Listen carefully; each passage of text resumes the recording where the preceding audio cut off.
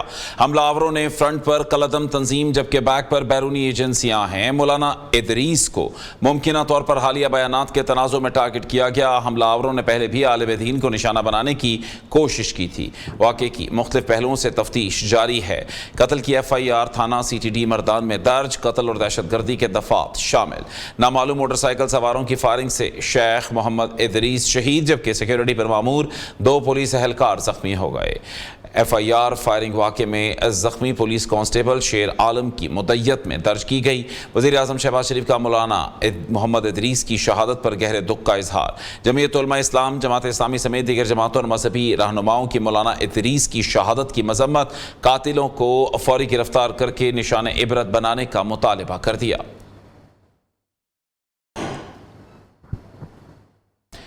New gas bulletin سے فی الوقت کے لیے اتنا ہی۔ کچھ دیر میں حاضر ہوں گے ہیڈ لائنز کے ساتھ۔